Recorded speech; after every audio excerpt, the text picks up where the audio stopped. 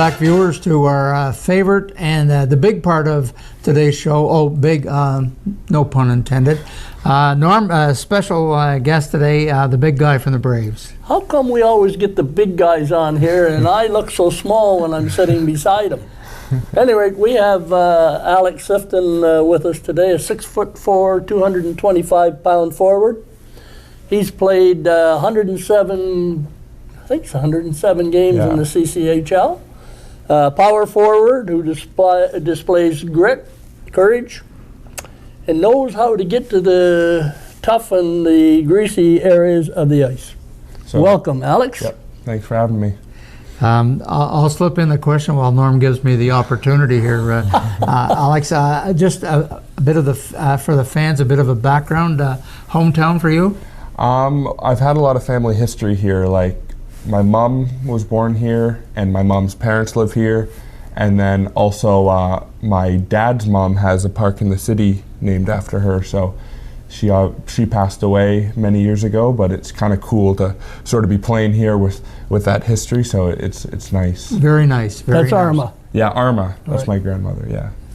And where did you actually grow up or play minor hockey? Or I started in Peterborough. I played up through the AAA ranks there, played 4 years, and then obviously deciding to go to junior, I saw that the CCHL was a great league, so I decided to come here, and I've played on a few teams, but happy to be in Brockville, and we're making a run for it. So we're happy to have you. Yeah, Norm? thank you. Yeah, you're a big forward, Alex. I like the way that you go to those areas which others seem to despise going there. But you go there, you do your job. Certainly you stick up for your brethren out on the ice.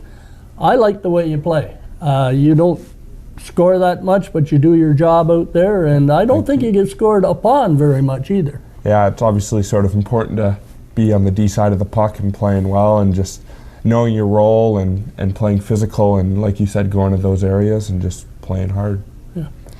We have a tight dressing room, don't we? Yeah, no, it's awesome. The team chemistry this year is great, and we have a good leadership core with Billings, Jarvis, and Trey. So, and there are also other guys who don't have letters who are great leaders as well. So it's good, and we have a really tight dressing room. So it's awesome. I just wanted to expand a little bit on what Norm said about how he didn't mind going into those dirty areas on the ice, and I was just thinking, well, you don't mind, but not many other players in the league want to go in with you. Right. That's a good point. Tell me, can you relate the little story between you and Jack Gill and Owen Owen Gill? It's actually really interesting.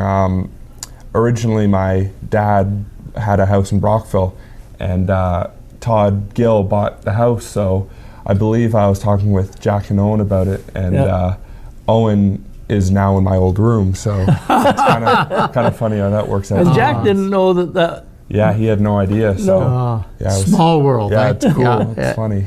It is. Now, one thing a lot of fans, and I'm going to say they're not coaches, always like to say, well, we're on the power play, how come we don't have somebody in the other team's crease all the time? Are you ever given that role to go there, get in the goalie's face? And sometimes it depends on how the game's going, but usually sort of in front.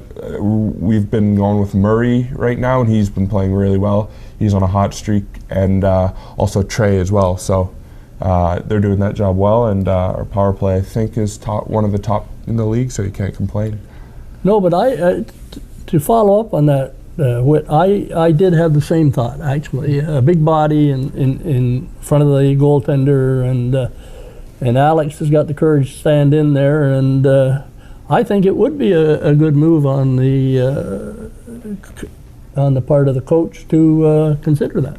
yes, one of my favorite teams, they have, of course, power plays are usually split up into two parts. Nobody plays the full 2 minutes, and quite often they play one half where they have a guy like Alex in the crease, and then the second half is sort of the puck control around the outside, set up the play. So the other team can't really be prepared unless they see number 9 come out and they know where he's headed. Absolutely. Well, that part of the game is only predicated upon you having control of the puck, by the way. Yeah. If you don't have control of the puck, that guy in front of the net isn't of any value to you at all. So, and I think the Braves do keep good control of the puck when they're on the power play.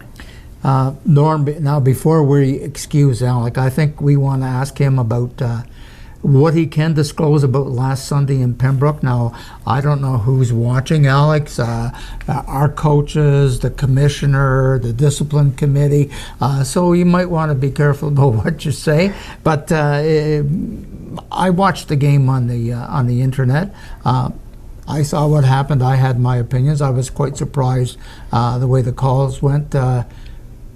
Norm, were you going to ask Alec about suspension, or you? Well, I didn't. I thought that he had gotten a suspension of 10 games. That was what the rumor was. Yes. And I, having been a referee, I didn't quite understand what it was for, or because I saw some of the game myself, and I was going to ask Alex, were you on the ice when the altercation started? Yeah, apparently the ref had called that there was a leaving the bench, where that never occurred. There was nothing about that at all. So it's kind of unfortunate that the ref kind of got the call wrong and sort of, I don't want to say cost the team the 2 points, but apparently the league has sort of tweeted out about it, saying that the ref got the call wrong. So Well, they scored 4 goals on that's what I mean. Yeah, They it's scored tough. 4 goals on the power play. Yeah. Certainly,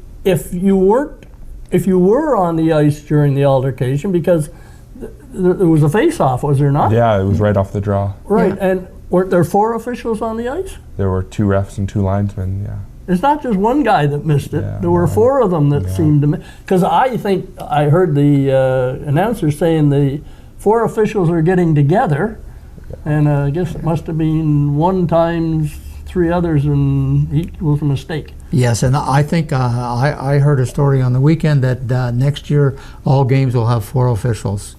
Uh-oh. So, Uh-oh. Norm, I know that is not going to keep you happy, but one last question of Alex here. Was that a world record for penalties on one incident? 11 minutes. That was That was a long one. that was a long Yeah. total. Yeah. Well, there was a 9 earlier in the season. Was that you too? No, that was Kugler. Kugler against Yes. Cornwall. Yeah, there was a 9. I saw that. Oh, he's going for the team record, maybe. Yeah, right, Then, yeah. Okay, it's not the league. Well, we might have to have you back, Alex, because it looks like Norm's got a whole lot more questions for you. But our 3 minutes are just about up. All Or right. 13, whatever, or 11. We're like that clock in Pembroke. They couldn't put up all your penalties because it didn't go into double digits. So it looked for a while that we only had 9-minute penalty. I was wondering how they got 9, but we'd like to have you back. And Norm's No, chomping I at the bit. I just one other question of Alex. What do you think of this team, Alex? And project your end of the season position.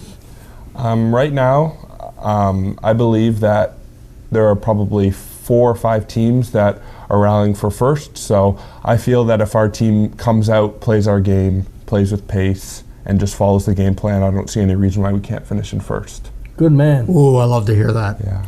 Okay, well, thank you very much. We really appreciate you coming here, and you've got a few more hectic games coming up, plus the balance of the season, which isn't all that long now. So thank you very much, and viewers, we'll be right back after this message.